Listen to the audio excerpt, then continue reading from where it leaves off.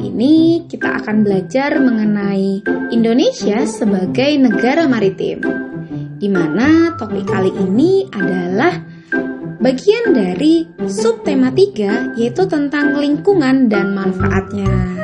Nah, di sini kita akan sama-sama belajar mengenai lingkungan Indonesia sebagai negara maritim dan tentu saja bagaimana manfaatnya bagi kehidupan sehari-hari. Wilayah Indonesia sangatlah luas, di mana Indonesia juga terdiri atas air dan juga daratan, di mana 2/3 wilayah Indonesia terdiri atas air dan 1/3 adalah daratan. Nah, dari gambar ini tentu saja teman-teman diajak untuk membayangkan peta Indonesia yang terdiri atas banyaknya air atau perairan dan juga pulau-pulau. Nah, di sini saya mau nanya nih, dari peta dunia di bawah ini, kira-kira bagian mana ya peta Indonesia? Ayo, masih ingat ya peta Indonesia yang bagian mana? Kira-kira yang mana? Oke, benar sekali. Peta Indonesia ada di atas peta warna kuning. Nah, ini adalah wilayah Indonesia jika dilihat dari peta dunia. Nah, kalau semisal nih kita lihat lagi tadi peta dunia secara global, sekarang kita mau lihat lagi dari peta Asia. Nah, di peta Asia ini yang mana nih kira-kira peta Indonesia? Benar sekali. Peta Indonesia berada di bagian bawah dari peta Asia ini. Nah, muncul pertanyaan, emangnya Indonesia kecil banget ya? Di peta dunia, Indonesia sangat terlihat kecil. Kemudian di peta Asia juga Indonesia terlihat sangat kecil dan hampir tidak terlihat seperti itu. Nah, jangan salah teman-teman. Ternyata Indonesia itu sangatlah luas. Di mana gambar dalam peta sebenarnya itu bukanlah gambar yang menunjukkan kondisi Indonesia secara nyata. Karena ternyata luas Indonesia itu adalah hampir setengah dari luas wilayah Eropa. Wah, ini sangat luas ya teman-teman tentu saja. Dan bahkan Indonesia itu masuk menjadi urutan ke-13 negara terbesar di dunia. Bayangin saja, kalau misalkan di peta terlihat kecil dan kemudian dibuat di peta dunia terlihat sangat kecil lagi seperti itu kesalahan di mana? Nah, itu adalah kesalahan dalam skala. Nanti adik-adik akan mempelajarinya tentang skala dalam membuat sebuah gambar dalam peta gitu ya. Terus ada pertanyaan, loh, terus kapan dong misalnya itu petanya akan diperbaiki? Nah, adik-adik di sini nih yang akan menjadi generasi penerus yang akan membenahi dan memperbaiki peta yang sesungguhnya. Jadi, sekarang teman-teman harus berpikiran yang terbuka bahwasanya Indonesia tidaklah sekecil yang ada di peta, melainkan Indonesia sangat luas dan sangat besar seperti itu ya. Nah, dari peta tadi sudah kita lihat ternyata Indonesia itu disebut sebagai negara kepulauan karena terdiri atas pulau-pulau, baik pulau yang besar maupun pulau yang kecil. Untuk pulau besar berarti pulau-pulau yang lebih luas daratannya seperti itu ya. Dimana untuk pulau besar di Indonesia itu ada Pulau Sumatera, Pulau Jawa, Pulau Kalimantan, Pulau Sulawesi, dan yang terakhir adalah Pulau Papua. Ini adalah pulau-pulau besar di Indonesia. Kemudian, pulau kecil di Indonesia. Di mana pulau kecil di Indonesia sangatlah banyak. Mungkin teman-teman di sini sudah sering sekali melihat pulau-pulau kecil yang ada di Indonesia di televisi atau di koran, di buku. Dan juga teman-teman perlu ketahui bahwasanya pulau-pulau kecil di Indonesia sangatlah indah, memiliki banyak sekali kekayaan di dalamnya. Dan untuk pulau kecil di Indonesia tersebar dari Sabang sampai Merauke. Dan perlu diketahui pula bahwasanya pulau kecil yang paling banyak tersebar itu berada di daerah timur Indonesia. Kira-kira berapa banyak pulau ya yang ada di Indonesia, makanya disebutkan sebagai negara kepulauan. Nah, ini dia. Ternyata jumlah pulau yang ada di Indonesia adalah 16.056 pulau, di mana 16.056 pulau itu adalah pulau yang tercatat di Indonesia, dengan pulau terbanyak ada di Papua Barat dengan sebanyak 4.108 pulau. Wah, banyak sekali ya untuk jumlah pulaunya. Nah, untuk wilayah Indonesia yang sudah saya sebutkan sebelumnya sangat luas. Nah, di sini kita akan mengenal kira-kira luas wilayah Indonesia itu terdiri atas apa saja ya. Nah, tentu saja wilayah Indonesia terdiri atas daratan yang mungkin teman-teman bisa melihat di dalam peta Indonesia ini yang berwarna kuning. Semua yang berwarna kuning adalah daratan milik Indonesia. Terus kalau misalkan yang warna putih itu apa? Nah, itu adalah wilayah tetangga atau wilayah negara tetangga Indonesia. Misalnya ada Malaysia, ada Timor Leste, Australia, seperti itu. Jadi kita fokus untuk warna kuning adalah daratan milik Indonesia. Kemudian yang berwarna biru itu adalah wilayah laut Indonesia. Lihat nih, betapa luasnya laut Indonesia. Ya. Dan yang berikutnya yang berwarna hijau adalah zona ekonomi eksklusif. Zona ekonomi eksklusif itu apa sih? Seperti itu ya. Zona ekonomi eksklusif itu adalah wilayah tambahan yang sejauh 200 mil dari batas laut yang merupakan milik negara Indonesia. Itu 200 mil dari batas laut wilayah Indonesia. Jadi Indonesia berhak atas kekayaan laut yang ada di zona ekonomi eksklusif.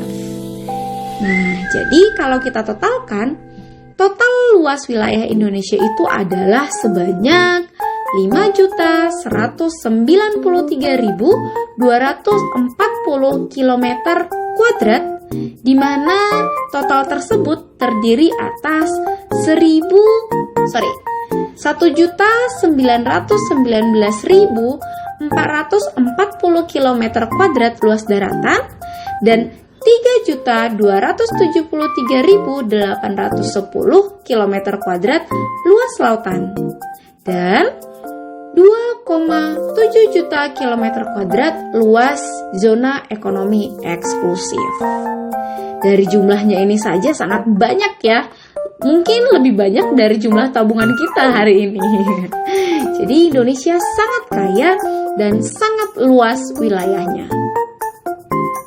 Nah, tadi setelah kita perhatikan dari peta tadi, ternyata Indonesia itu lebih banyak perairan daripada daratan.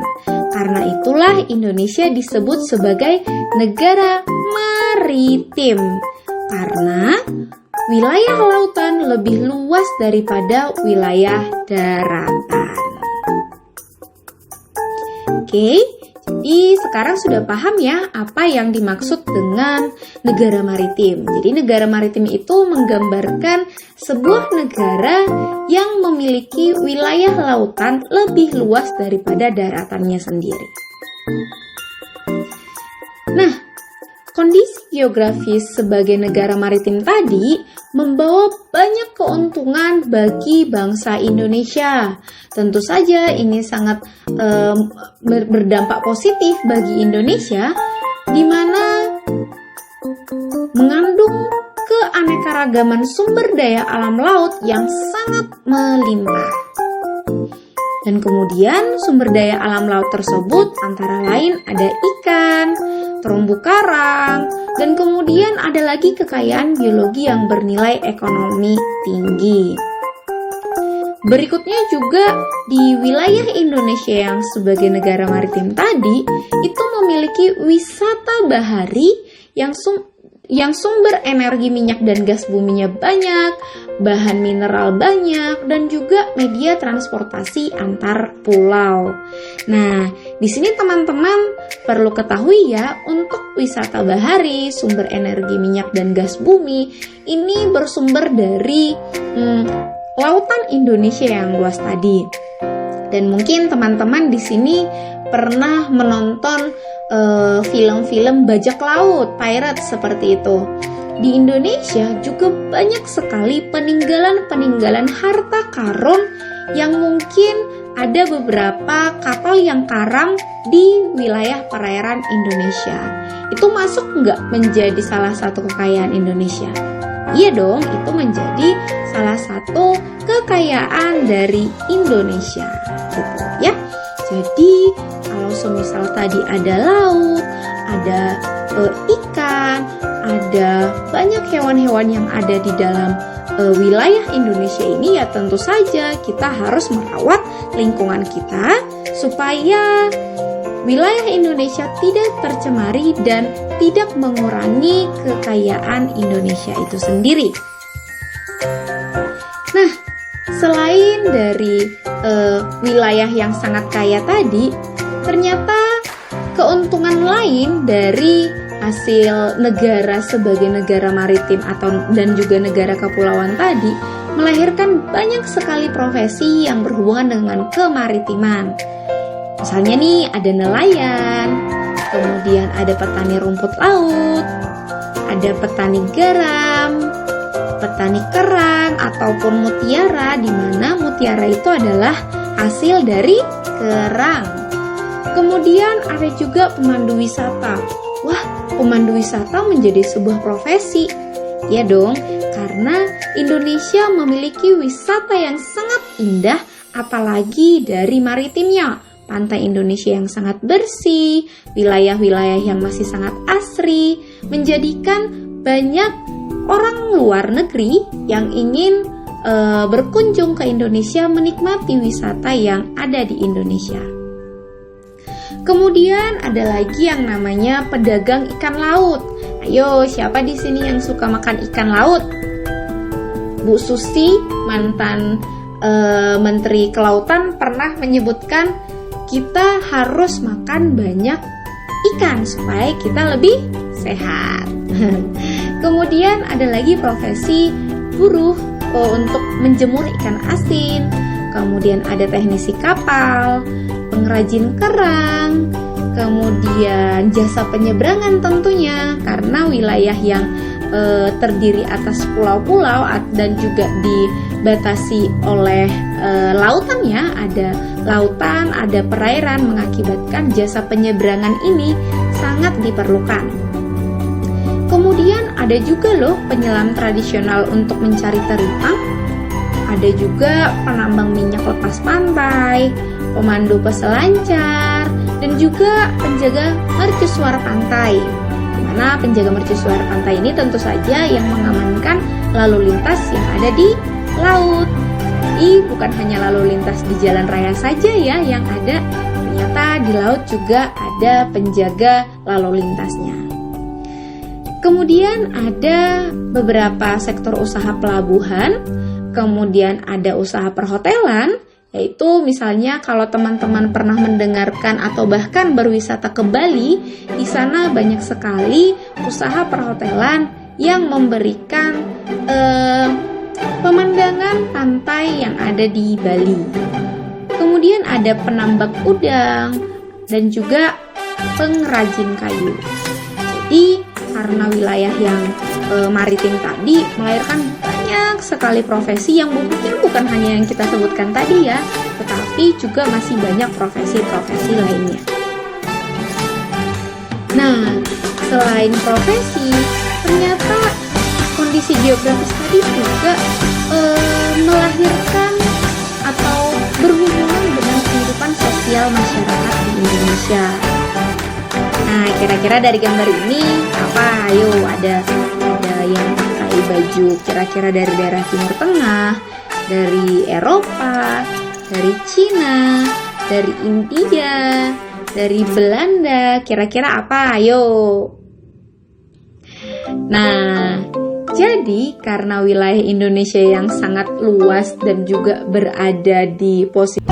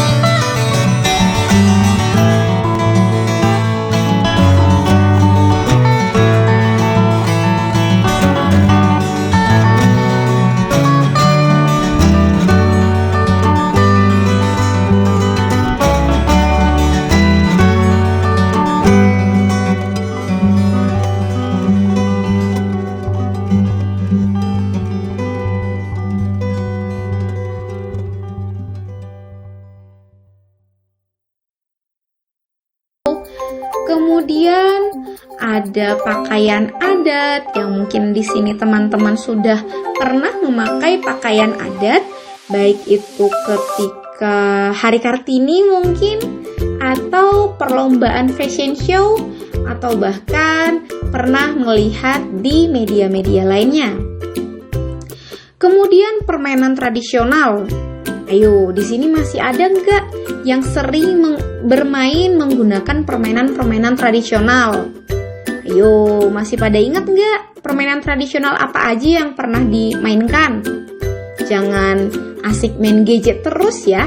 Jadi kita juga bisa menggunakan permainan tradisional ini untuk memperkuat persaudaraan, kemudian beraktivitas supaya badan kita sehat dan tubuh kita bergerak tentunya.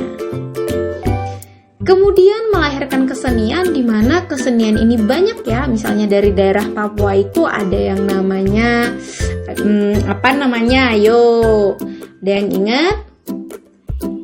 Ayo, nanti dikasih tahu ya di dalam kolom komentarnya. Mungkin ini kesenian dari Papua ini kira-kira namanya apa? Saya kasih clue-nya, huruf awalnya itu adalah N dan huruf terakhirnya adalah N juga. Dan itu nama keseniannya itu terdiri atas 5 huruf. Ayo coba diingat-ingat atau coba ditanya, kesenian dari daerah Papua ini yang berbentuk rajutan namanya apa? Oke? Nah, selain itu tentu saja ada banyak tarian yang ada di setiap wilayah daerah Indonesia. Misalnya, beda kan tarian piring, kemudian tari Bali, kemudian ada tari tortor, kemudian tari saman, seperti itu tentu saja berbeda-beda. Nah, tapi sekali lagi kita harus memperhatikan, ternyata Indonesia itu beragam ya. memiliki banyak pakaian adat, punya banyak rumah adat, banyak tarian, kesenian, permainan tradisional, atau bahkan memiliki perbedaan agama yang sudah kita bahas sebelumnya, seperti itu. Tapi satu hal yang harus kita ingat, bahwasanya walaupun kita berbeda-beda, kita harus tetap bersatu dalam Bhinneka Indonesia, seperti itu. Dan juga kita harus menghargai teman-teman kita yang berbeda dari kita. Mungkin dia berbeda suku, berbeda bahasa, berbeda agama. Kita harus tetap menghargai dari perbedaan-perbedaan tadi, gitu ya. Nah, kemudian tadi ada permainan tradisional. Coba di sini ada yang pernah main permainan tradisional panjat pinang nggak? Nah, ini nih, panjat pinang. Biasanya ini panjat pinang rame kalau lagi mau 17 Agustusan. Di sana menyemarakkan hari kemerdekaan, banyak permainan-permainan tradisional yang dilakukan. Nah, dari gambar ini kira-kira siapa yang sudah pernah ikut dalam perlombaan tradisional panjat pinang?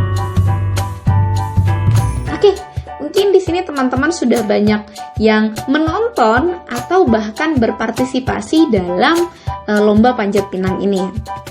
Nah, tapi teman-teman perlu ketahui pula bahwa panjat pinang itu bukan hanya sekedar bermain saja ya, bukan hanya sekedar ingin mendapatkan hadiahnya saja ya, gitu.